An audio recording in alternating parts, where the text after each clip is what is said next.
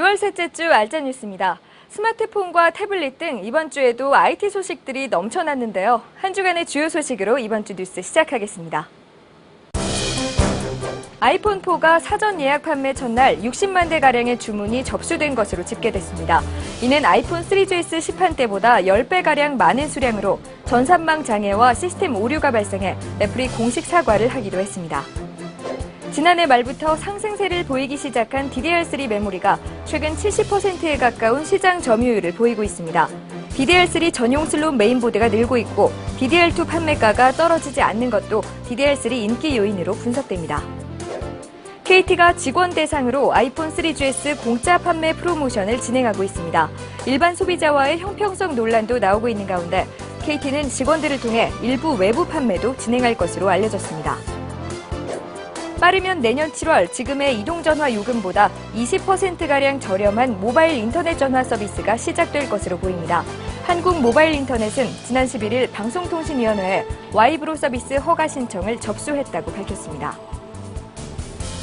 통합 LG텔레콤이 최대 50%까지 할인되는 가족통합 요금 상품을 선보였습니다. 이동전화와 초고속 인터넷, 인터넷 전화와 IPTV 등 통신과 방송 상품을 정액제로 묶어 설정한 요금 상한액의 2배 분량의 통신 서비스를 이용할 수 있는 상품입니다. 한편 KT도 다음 달부터 가구 단위 상품을 출시할 예정입니다. 애플의 국내 계정으로도 아이튠즈에 접속할 수 있도록 팟캐스트 등 일부 서비스를 시작했습니다. 아직 음악 등 핵심 콘텐츠 이용을 모두 개방한 단계는 아니지만 조만간 전체 서비스가 오픈될 것으로 보입니다. IBM과 애플, 구글 등 세계적인 기업들이 IT 전문 중소기업들을 대상으로 대대적인 인수합병을 펼치고 있습니다. 업계 전문가들은 이에 대해 다가올 호황기에 대한 사전 준비라고 분석하고 있습니다. 안드로이드 폰의 개방형 정책이 경쟁사를 배제한 개방이라는 논란이 일고 있습니다. LG텔레콤의 안드로이드 폰 옵티머스 Q가 네이버의 검색 엔진을 탑재했다는 이유로 구글 호환성 인증이 늦어지고 있다는 소식인데요. 한편 구글 측은 검색 엔진 탑재와 인증 지연은 아무 관계가 없다고 입장을 밝혔습니다. 구글이 오는 가을경 애플 아이튠즈와 경쟁할 디지털 음악 서비스를 시작합니다. 클라우드 서비스 환경의 소프트웨어 심플리파이를 기반으로 안드로이드 OS 사용 기기에서 활용될 전망입니다. 한편 구글은 우리나라에서 스마트폰 한국어 음성 검색 서비스를 시행한다고 밝혔습니다. 구체적인 시기는 아직 발표하지 않았지만 지난 9일 다음이 음성 검색 어플리케이션 서비스를 발표하면서 스마트폰에서 음성 검색 시장이 뜨거워지고 있습니다.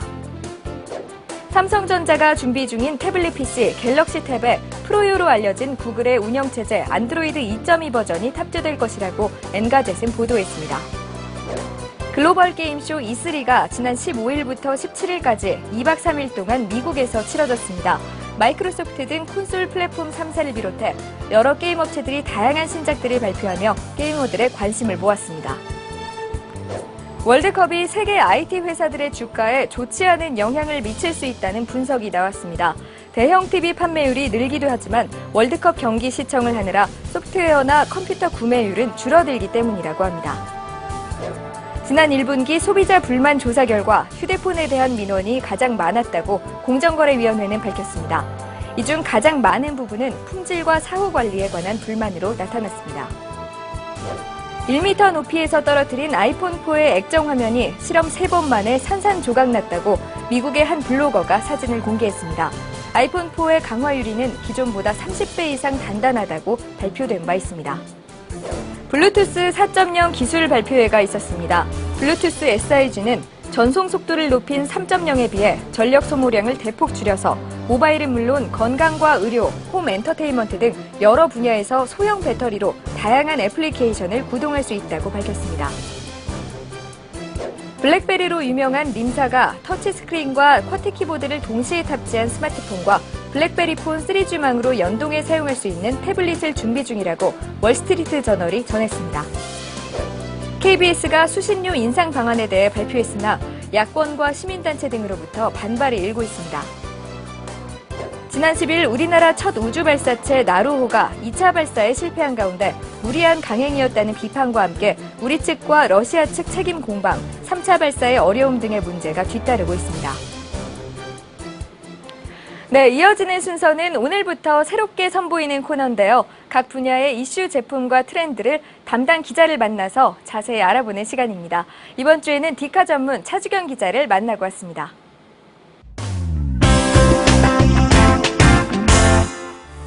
디카 분야에 요즘에 좀 눈에 띄는 신제품들이 있다고 들었거든요. 어떤 제품들이 있나요? 네, 2010년 초 미국 CES와 P&I에서 발표된 신제품들이 최근 5월에 실제 판매되면서 사용자들의 이목을 집중시키고 있는데요. 이 가운데 눈에 띄는 모델이라면 파나소닉 루믹스 G2, 그리고 소니 미러리스 카메라 넥스5가 있겠습니다. 파나소닉과 소니 제품, 그중에서 넥스5가 제가 최근에 좀 인터넷에서도 본 것 같은데 그 제품의 특징은 어떤 것들이 있나요?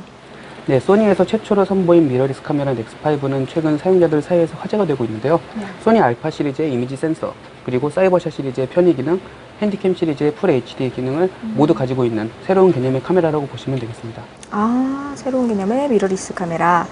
네, 그러면 이런 미러리스 이런 신제품 말고 또 최근에 계속 꾸준하게 소비자들에게 사랑받고 있는 제품에 어떤 것들이 있을까요? 네, 최근 들어 미러리스 카메라 인기가 높은 건 사실이지만 아직까지 DSLR 카메라만큼의 판매량을 보여주고 있지는 못합니다. 그렇기 때문에 전통의 강호인 캐논의 EOS 550D 같은 모델은 여전히 높은 인기를 끌고 있고요. 콤팩트 카메라 같은 경우에는 삼성전자 PL150, 이 모델이 굉장히 인기가 높은 편입니다. PL150은 뒷면에 LCD도 있지만 전면에도 LCD가 달려 있어요. 그래서 여성 사용자분들이 셀프 카메라를 촬영하는 데 굉장히 유용하고 셔터만 누르면 자동으로 최적의 사진을 찾아주는 자동 촬영 기능이 대단히 우수한 카메라입니다. 네, 일단 오늘 D&D 첫 코너 디카 분야 설명 감사드리고요. 다음 시간에도 또 부탁드릴게요. 네, 고맙습니다. 고맙습니다.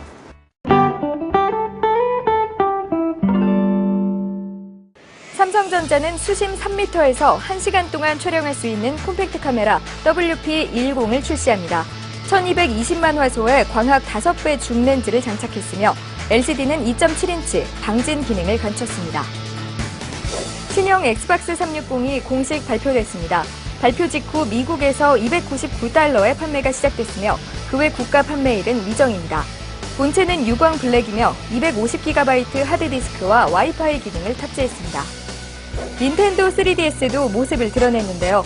안경 없이 3D 입체 영상을 구현하며 아날로그 스틱과 모션 센서를 추가했고 바깥면에 추가된 카메라 2개로 직접 3D 촬영을 할 수도 있는 것이 특징입니다. 맥주와 치킨, 그리고 오직 TV로만 즐기던 월드컵 응원 문화가 이제는 스마트폰과 SNS 등 보다 다양한 방식으로도 이루어지고 있습니다. IT로 인한 새로운 풍속도가 아닌가 생각됩니다.